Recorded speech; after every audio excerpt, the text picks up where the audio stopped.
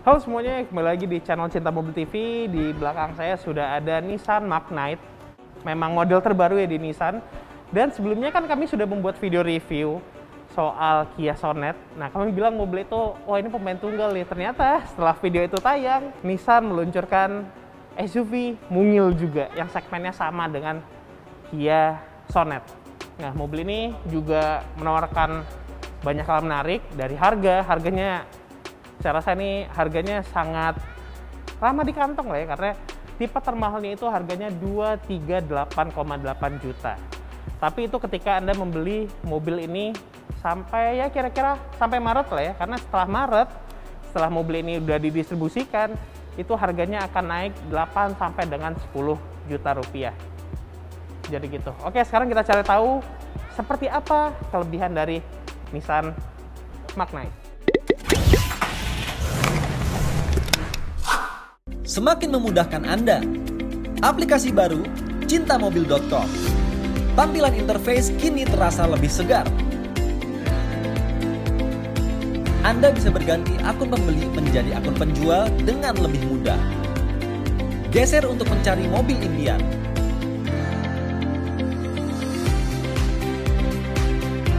Notifikasi kini lebih tersegmen sesuai dengan preferensi Anda.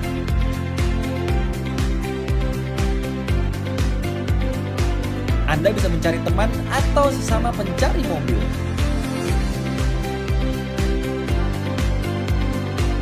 Ada banyak aktivitas seru agar Anda makin kenal dengan mobil.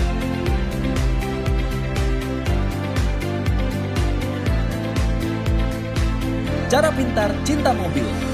Download aplikasi Cinta Mobil sekarang. Oke, sekarang kita bahas desain eksterior mobil ini dulu. Yang paling saya suka adalah headlampnya. Ini headlampnya desainnya pipih, full LED, proyektor, dan ada detail-detail chrome di sini yang tampilannya enak banget. Ini jujur aja saya suka banget sama desain headlampnya. Dan ada DRL nih di bagian sampingnya. Ada chrome-chroman juga. Tapi kalau untuk Anda yang kurang menyukai banyak ornamen chrome, kayaknya mobil ini kurang cocok lah ya. Nah, yang unik lagi dari mobil ini adalah bagian grillnya. Ini grillnya jujur aja mirip banget dengan Datsun ya, tapi logonya berbeda.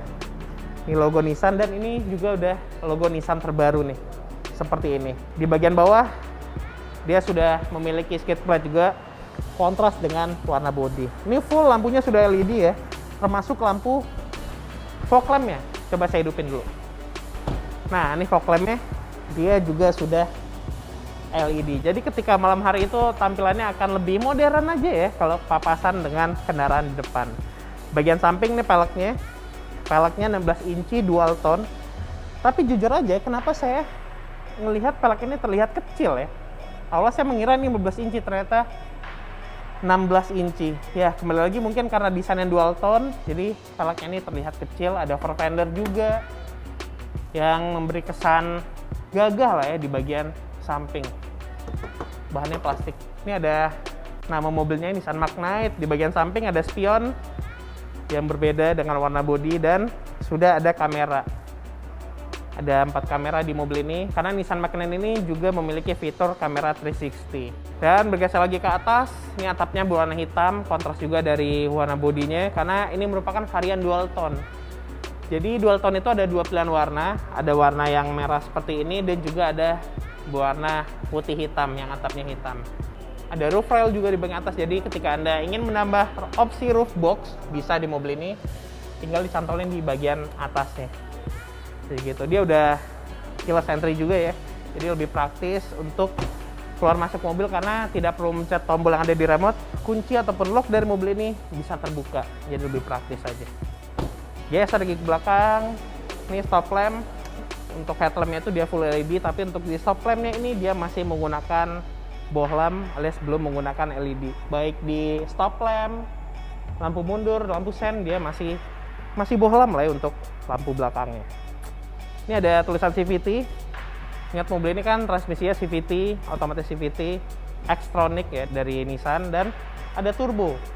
Karena mobil ini menggunakan mesin turbo, tapi kapasitasnya hanya 1000 cc. Nanti saya akan bahas. Oh iya nih, saya suka lagi dari mobil ini ada roof spoilernya yang memanjang gitu ya. Dia kayak terintegrasi gitu yang tampilannya jadi enak banget dari belakang. Kita lihat bagasinya.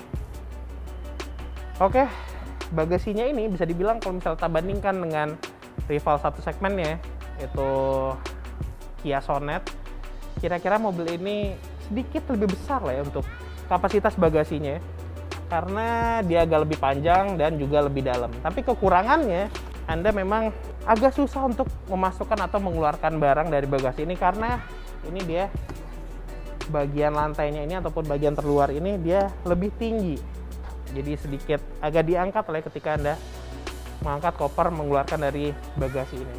Oke, di lantai bagasi di bawahnya ada ban cadangan, ini tipe space saver, dan ada beberapa toolkit di saat darurat, dan ini juga ada peredam ya di bagian bawah sini nih, jadi bisa meminimalisir lagi suara yang ada di bagian bawah mobil. Ini ada kamera juga 360. Jadi lengkap lah ya untuk kameranya. Dan untuk interior yang saya suka lagi dari mobil ini, Nissan Magnite, itu ada di panel instrumennya untuk tipe termahal ya. Dia karena sudah layar TFT bagian sini nih di tengah, dan Anda juga bisa mengganti-ganti tampilannya. Nah, bisa Anda ganti nih. Misalnya Anda pengen melihat fuel ekonominya, bisa Anda lihat di bagian sini nih ada tampilan tersendiri lah ya. Dan untuk melihat secara keseluruhan drive komputernya ataupun onboard komputernya, Anda bisa melihat di bagian sini nih. Ini infonya juga lengkap banget, ada konsumsi BBM, jarak tempuh, waktu yang sudah ditempuh. Jadi saya rasa ini panel instrumennya keren lah ya, cukup lengkap dan tampilannya sangat stylish. Setirnya juga keren ya, karena setirnya ini juga sudah flat bottom dan jahitannya asli, kulit asli. Dan jahitannya ini kontras ya dengan warna setirnya ataupun warna kulit yang di setir ini. Dia sudah memiliki cruise control juga di bagian sini. Desain dashboardnya juga keren sini nih. Nih ada lekukan seperti ini nih di AC-nya. Mungkin mirip dengan SUV Nissan saat ini lah ya. Ada lekukan seperti ini nih. Jadi gitu, ini logo terbaru juga. Nah, yang unik dari mobil ini, dan saya sempat nanyain kenapa kok mobil ini mirip dengan Triber dari head unit, tempat ngunci pintu, dan juga start-stop buttonnya. Karena mobil ini infonya dari pihak Indomobil, mobil ini sharing platform dengan Renault. Jadi Nissan Renault platform yang digunakan mobil ini. Jadi ada beberapa identitas dari Renault-nya lah ya. Jadi gitu dari head unit, ini head unitnya bukan besar ya. Ya kira-kira ini 8 inci ukurannya, dan juga sudah support Apple CarPlay dan juga Android Auto. Jadi lebih praktis digunakan, Anda bisa mengakses Google Maps dari sini, bisa mendengarkan Spotify. Tapi kayaknya untuk mobil-mobil saat ini itu kayaknya udah jadi standar lah ya, sudah memiliki fitur Apple CarPlay. Ini tadi kamera, ada kamera 360. Jadi ketika Anda melewati jalanan yang terbatas, akan lebih dimudahkan dengan fitur kamera ini nih. Selebihnya untuk radio, media, Anda bisa memutar lagu dari USB juga, bisa mengangkat telepon dari mobil ini bisa langsung, dan Anda bisa mengetahui seberapa efisien Anda nyetir mobil melalui head unit ini. Oke, keren. Nah, ini nih yang mirip Triber. Untuk mengunci mobilnya, dia ada di bagian tengah sini nih.